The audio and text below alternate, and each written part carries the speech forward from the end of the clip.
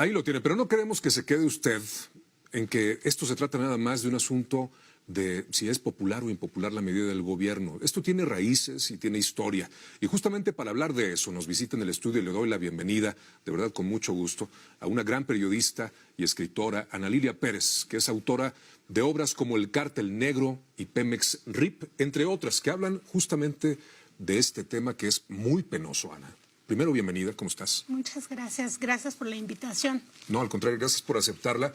Y es justo para hablar, mira, aquí tengo Pemex RIP. Y digo es muy penoso porque Pemex era el orgullo de los mexicanos, era la gran empresa de la nación.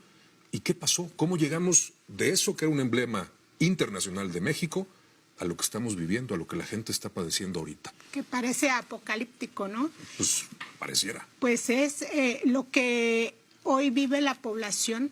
Es efecto de lo que ocurría ya en Petróleos Mexicanos desde hace muchos años, que era un saqueo.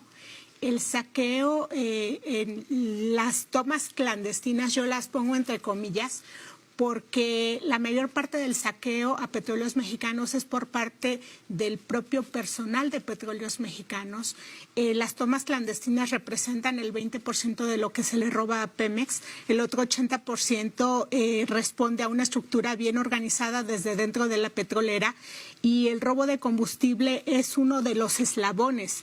Pero ¿cómo llegamos a eso? Bueno, tuvimos una de las empresas petroleras más importantes a nivel mundial, una de las primeras 11 petroleras que generaban más ingresos y que, bueno, debía reflejarse en la economía de los ciudadanos.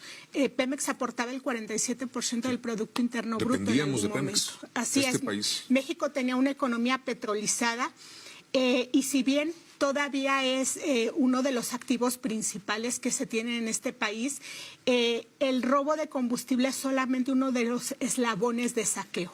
En Petróleos Mexicanos hay muchas maneras de robo y lo que hoy se ve es producto de todo ese saqueo que empezó como un robo hormiga hasta convertirse en una estructura bien organizada que al momento en que quieres combatirla es como si golpearas en un avispero. Entonces todo está pululando. Es lo que estamos viendo ahora. ¿Tú qué opinas? Bueno, es un retrato terrible este que nos haces, pero tú has investigado más de 15 años, no estás hablando por hablar, tienes documentos, tienes las pruebas y aquí están estos libros. Pero déjame preguntarte, por esta historia que conoces, ¿tú cómo ves la medida? ¿Tú pensabas que iba a haber el cierre de los ductos para combatir esta manifestación de la delincuencia dentro de Pemex o no? Bueno, cuando se conoce el modus operandi en el robo de combustible, como lo conozco yo, como la palma de mi mano, lo he estudiado a profundidad, lo he padecido también. Yo publiqué un libro en el año 2011 que se llama El Cártel Negro y el subtítulo de ese libro es Cómo el crimen organizado se ha apoderado de Pemex. Y en ese libro ya se revelaba lo que hoy estás viendo, de lo que hoy se reconoce públicamente, que es toda una estructura de saqueo que comienza desde las áreas de producción petrolera, desde que la materia prima, o sea, el hidrocarburo, llega a las refinerías para el proceso de refinación. Hay dobles contabilidades para maquillar lo que entra y tener un margen de maniobra para sacar lo otro. Con pipas, por eso se habla de tantos volúmenes de pipas que se le roban a Pemex. Hay un modo de operar de la doble facturación y el tema de los ductos. Todo el sistema de transporte o una parte del sistema se hace por poliducto. Llegó a tal nivel de organización el crimen dentro de Pemex que desde la torre de Marina Nacional, es decir, desde el corazón de Petróleos Mexicanos, la gente que tenía a su cargo el monitorear el sistema de ductos, que está monitoreado las 24 horas a través del sistema SCADA, es como si tú y yo estamos viendo en un monitor lo que está pasando en todo el país. Lo que hacían era permitir que se robaran ese combustible intermitentemente. Bueno, esto lo ha retomado el presidente, lo ha dicho así con estas mismas palabras y ahora decidió combatir cerrando los ductos. Y esto es todo lo que yo planteaba ya desde el libro El Cártel Negro y un punto importante, las tomas paralelas. Y aquí viene la respuesta a la inquietud y a la inquietud que tiene la ciudadanía de por qué cerrar los ductos. Bueno, en la red de poliductos de Petróleos Mexicanos hay todavía porque al parecer se está desmantelando una parte de esto, no sé qué tanto avance haya, pero redes paralelas. ¿Qué significa? Que tenías tu red legal, pero al lado tenías conexiones alternas. ¿Quiénes realizaban esas conexiones? El personal de Petróleos Mexicanos. A ver, una pregunta, ¿un plomero muy avesado, muy hábil, puede manipular una tubería de este tipo? No, por supuesto que no. Y un ciudadano común no sabe dónde se ubican los ductos de Pemex, ni sabe dónde, en qué tiempo va a correr tal o cual hidrocarburo. Por el poliducto pueden pasar los más diversos productos de Petróleos Mexicanos y cuando hablamos de huachicolero debemos quitarnos esa idea de la gente que llegue a perforar y se lleva su garrafoncito. Eso así no es como funciona el robo de combustible.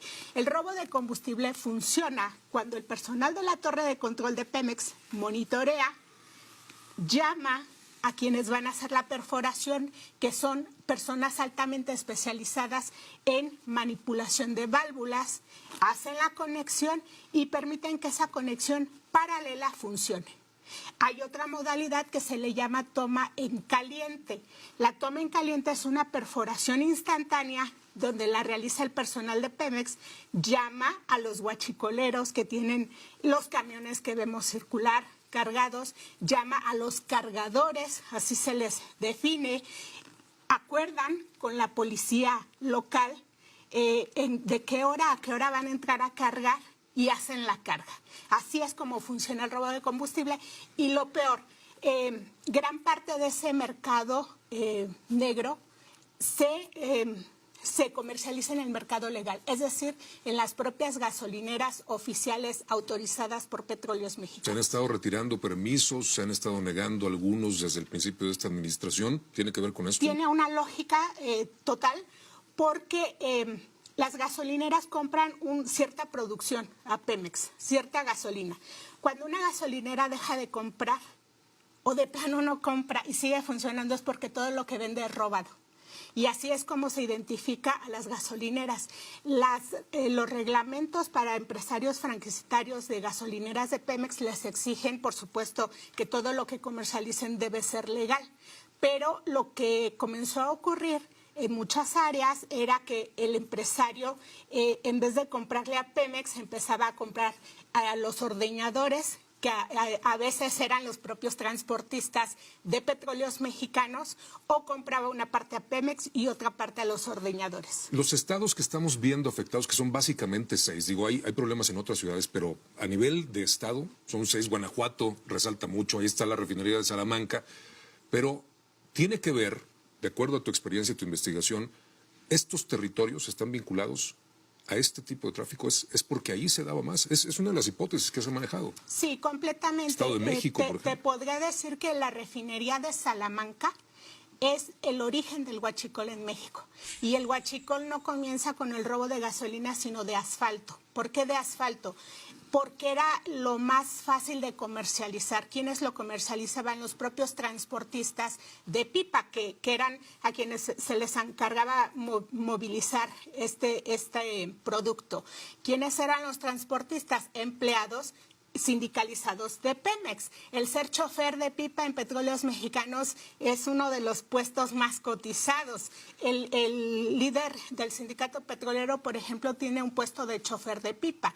El personal sindicalizado es altamente responsable en este robo. ¿Por qué? Porque son quienes controlan todos los procesos de producción. La gente encargada también cotidianamente de manipular los ductos, de darles mantenimiento, de hacer las labores en los campos, son personal sindicalizado. Sin embargo, de esta responsabilidad no se puede eximir a personal de confianza porque en las refinerías, en las terminales de almacenamiento, los jefes son personal de confianza. ¿Los directores de Pemex no saben de estas cuestiones? El director de Pemex cada día recibe un informe en tiempo al día de lo que está entrando a una refinería y lo que llega a una terminal de almacenamiento. Y los números nunca cuadran. Y si los números no te cuadran es porque hay robo.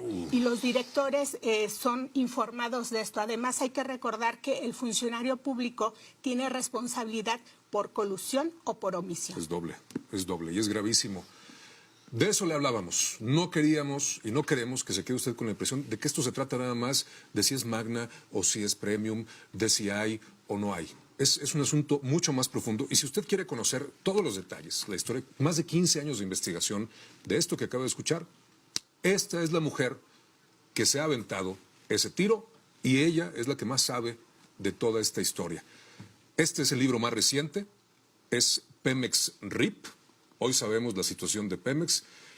Es editorial Grijalbo, Vida y asesinato de la principal empresa mexicana. Lo que antes era orgullo y hoy usted acaba de escuchar en lo que se ha convertido. Así que estamos hablando de una medida que puede ser impopular, pero de acuerdo a todo esto que nos ha revelado, a todo esto que has investigado, que está documentado, es ineludible. Bueno, yo sí quisiera que la ciudadanía también hiciera conciencia de que cuando hablamos de huachicol no estamos hablando de comprar o no algo barato. Estamos hablando de violencia, de muerte, de sangre, estamos hablando de crimen organizado al más alto nivel.